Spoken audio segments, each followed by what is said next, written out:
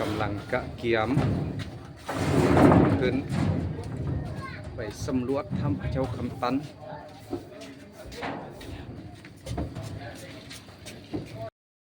อันนี้เบิ่งเหมือนถ่ายวิดีโอได้เนี่ย กำลังกะเกียมนะเครื่องอยู่ของกินเครื่องดื่ม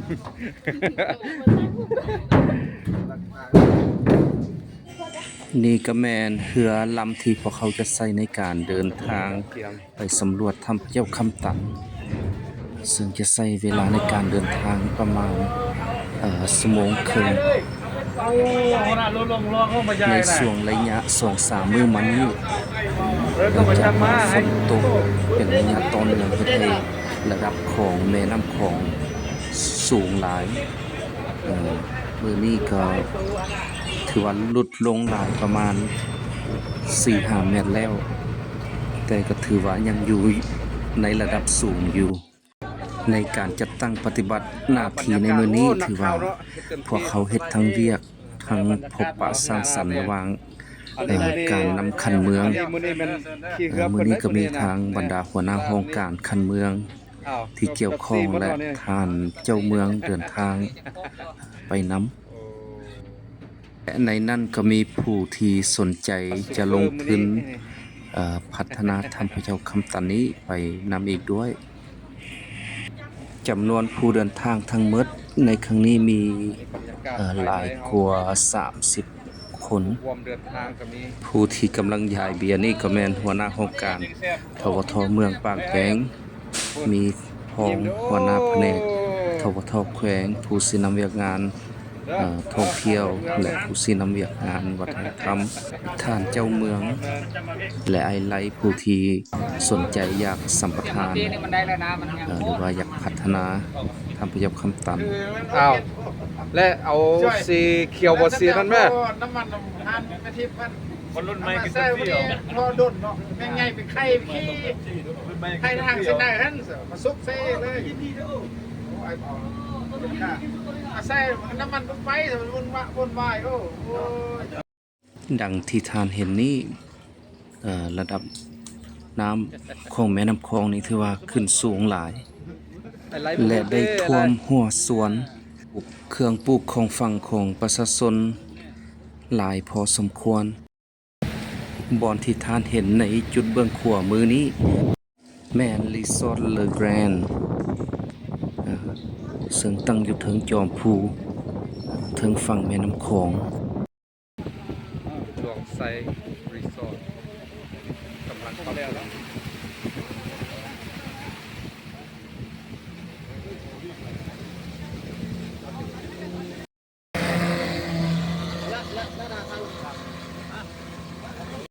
กำลังเดินทางแล้วก็ดื่มไปน้ำ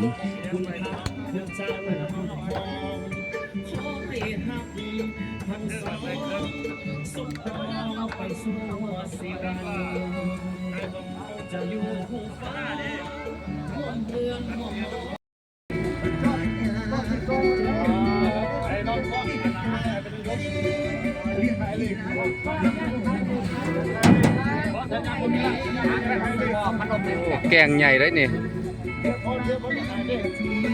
มีป่าบ่ตัวแถวพุ่นเนาะ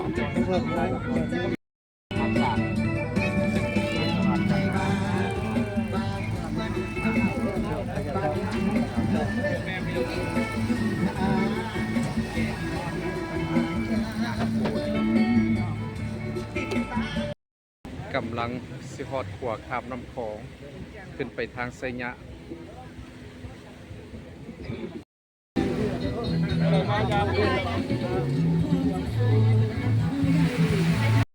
บรรยากาศในการเดินทางเต็มไปด้วยความม่วนซื่น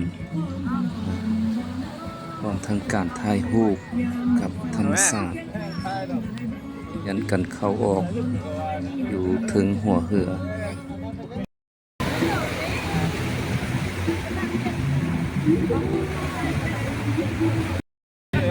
รักกินเบียร์กันรักกินเบียร์กันเฮ้ยเนี่ยรักกินเบียร์กันสุราจะรักกินเบียร์กันเนอะ จ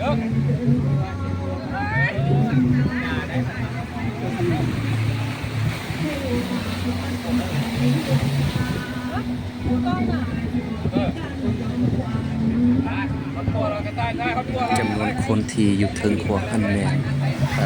คาราวานบิ๊กไบค์ที่เดินทางมาจากดาฮิโปนผ่านไซยังผ่านแปลงและสิไปตกรถสิ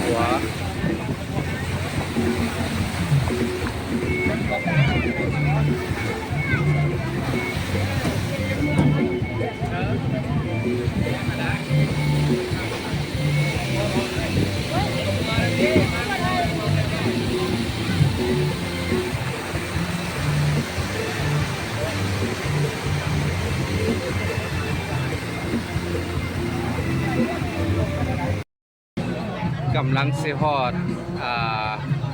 ก่อนทางขึ้นไปหาถ้ำพระเจ้าคำตันเดี๋ยวนี้พอเขาก็เดินทางมาหอดจุดที่ขึ้นหาถ้ำพระเจ้าคำตัน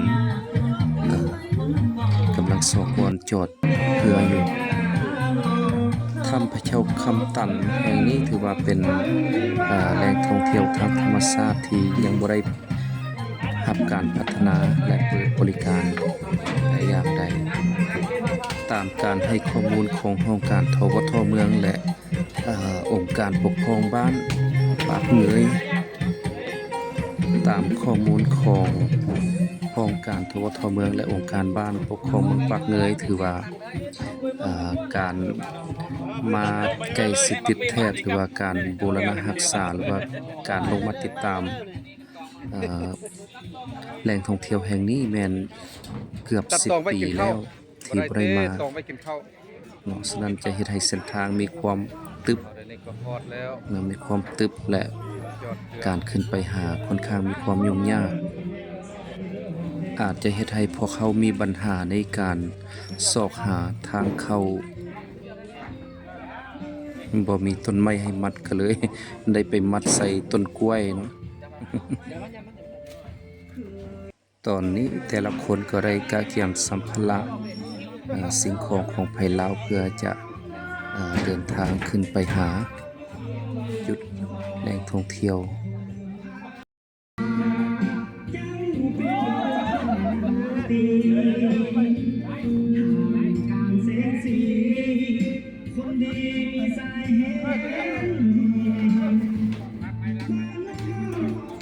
สายบักปีรับแล้วมาได้ล่ะส่งอ้ายนี่ถือว่าได้จับไม้แล้วก็บ่วางเลยเนาะ ตั้งแต่เดินทางมาถือว่าเบิกบานมนต์ซื่นหลายป้อมเลยแหละนำเดิมมาเด้อเนื่องจากนำขึ้นสูงก็เลยได้มาจอดอยู่นี้ขึ้นไปเดี๋ยวนี้กำลังขึ้นไปโอ้ระวังมือเด้อโอ้มาได้มือต้องมีผู้ไปก่อนแล้วก็ทางเส้นทางไปเพื่อความสะดวกให้แก่บรรดาทางขึ้นค่อนข้างค่อยสั่นหลายและค่อนข้างมืนกำลังขึ้นไป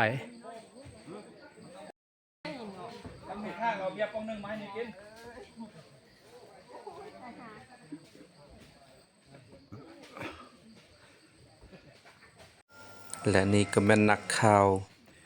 มือกล้องนักบินโดรนที่ร่วมกับทีมงานของพวกเข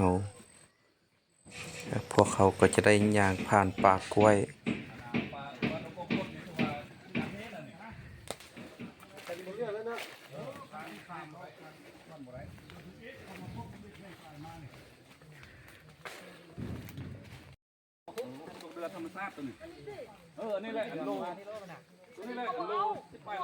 วันนี้ก็กำลังประกอบโดรนเครื่องบิน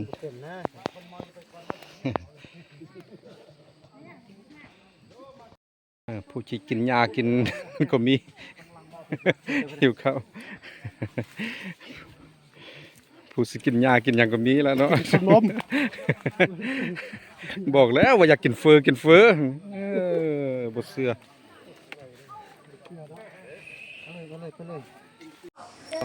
ผู้ที่ กำลังขึ้นมา เกียร์ลูกอยู่คอนี่ก็แม่นไอไล ทางบริษัท เป็นนักธุรกิจภาคเอกชนที่อยากพัฒนาทำให้เจ้าคำตันแห่งนี้ เอา ยุ่นน้อย หัวหน้าบุญความ ขึ้นมาดีวะเดี๋ยวเกือบทันแล้วห้อยได้เดี๋ยวมันเมื่อหากระพุดเมื่อเอาแก้ว นักขุดแมงหัวทุกเดือยกับสิ่งเนี่ยเงินวางหัวทุกเดือยกับสิ่งนี่ นี่พอสั้นผิดได้ใช่ไหม อ้าวคิดว่าอยู่เฮือพุ่น จำได้อยู่แล้วว่า บุญเพ็งหิวเขาโลกินหญ้าแถวนี้รู้บอกกินเฟอบอกว่า ไข่ดาว เอาเข้าได้เบา กำลังดำเนินการ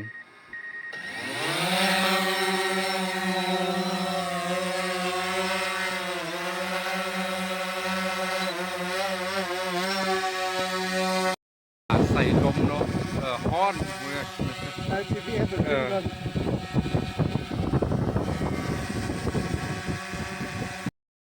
มาฮอดเครื่องทางเส้นทางก็แปลนอยู่เนื่องจากประชาชนใกล้เคียงมาเก็บหอยผ่าทางหัวหน้าบุญกวามห้องพะแนก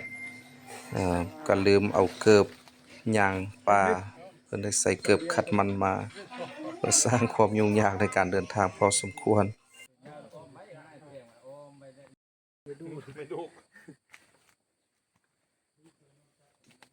เนื่องจากว่าเป็นเวลาหลายสิบปีที่บ่ได้มาทำแห่งนี้บรรดาเฒ่าแก่ในโฮมบ้านก็ได้เฮ็ดพิธีเพื่อขออนุญาตเจ้าถิ่นเจ้าฐาน นักสำรวจนี่ หรือว่าผู้ปกครองเขตนี้ งอนใส่เกิบนี่ เพื่อความปลอด เก็บขัด ภัย มันอีก และก็รักษา เดี๋ยวนี้มันตึบซอกบ่เห็นหูเดี๋ยวนี้นะ ต่าง ขอเจ้าทินเจ้าทาน ได้บะได้บุญ ตัวนี้ละติหูมันน่ะ ๆ นี่ก็เป็นปากถ้ำหรือว่าหูถ้ำที่จะลงเข้าไป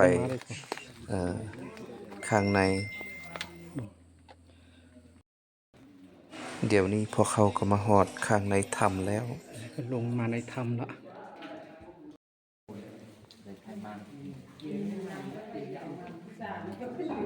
พระพุทธรูปเหล่านี้แม้นได้นำเข้ามาอยู่ในถ้ำพระเจ้าคำตันนี้ภายในปีระหว่างปี 2012 11 12 เพราะในระยะนั้นแหล่งท่องเที่ยวธรรมชาติถ้ำพระเจ้าคำตันแห่งนี้คือว่าเป็นหนึ่งในกิจกรรมของโครงการพัฒนาการท่องเที่ยวของ ADB หลังจากการสำรวจเป็นเวลาอันสมควรพวกเขาก็ได้เดินทางกลับหาปากแบง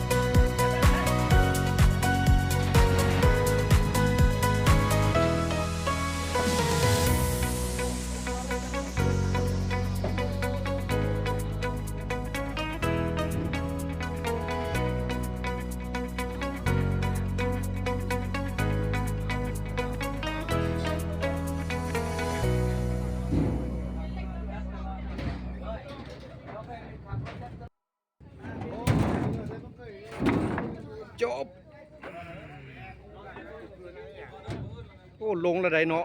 ลงแห้งไว้ชุด ลงหลายเลยได้มื้อนี้ 5 เมตรตายนะ อืม 5 เมตรเศร้าปลายเมตรนะ แม่น